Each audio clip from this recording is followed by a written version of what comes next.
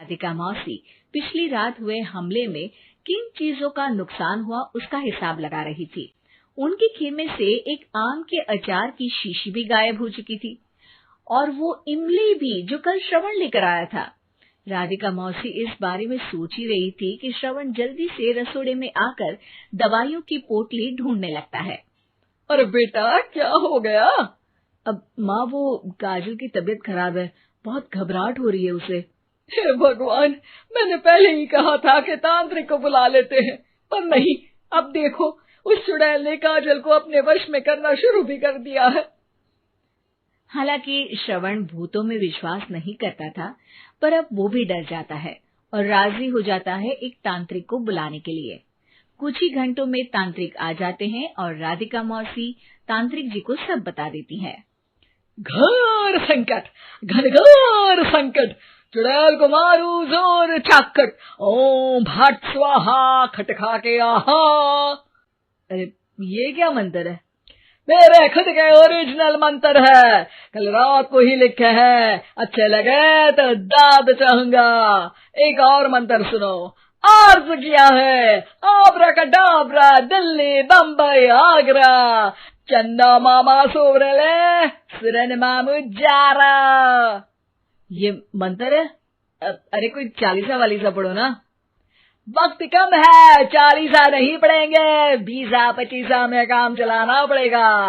अलग निरंजन जाके लंदन, मुफ्त का मंजान घिस मेरे नंदन।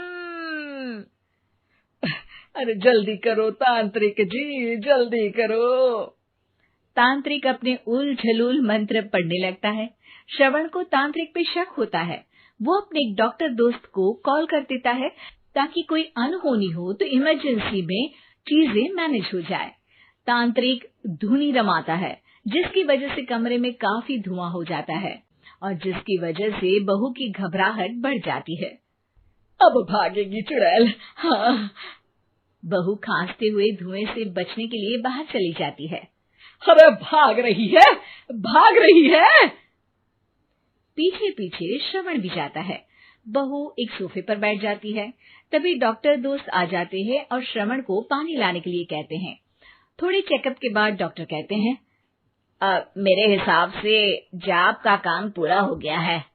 क्या मतलब? अरे कुछ भी नहीं माँ, कोई चुड़ैल नहीं है, खुशखबरी है, अब दादी बनने वाली है। मगर वो सब अचार के डब्बे। श्रवण दोनों अचार के डब्बे अपनी माँ को दिखाता है, जो कि उनके बिस्तर के नीचे छुपे हुए थे। आपने सही बोला था माँ, वो चुड़ैल काजल ही थी जो खट्टा खा रही थी। हमें कल ही पता चला, पर हमने आपको ये तांत्रिक वाला काम करने दिया ताकि आपको भरोसा हो जाए कि भूत वगैरह कुछ होता ही नहीं। अच्छा, ये तो बड़ी खुशी की बात है। पर बेटा, मुझे एक झाड़ू तो ला दे। क्यों माँ? ये तांत्रिक का भूत उतारती हूँ मैं। अब तांत्रिक राधा मौसी के डर से घर से भाग निकलता है और राधा मौसी उसके पीछे भागती है। अरे संकट ये घनघोर है, तांत्रिक मुआ चोर है।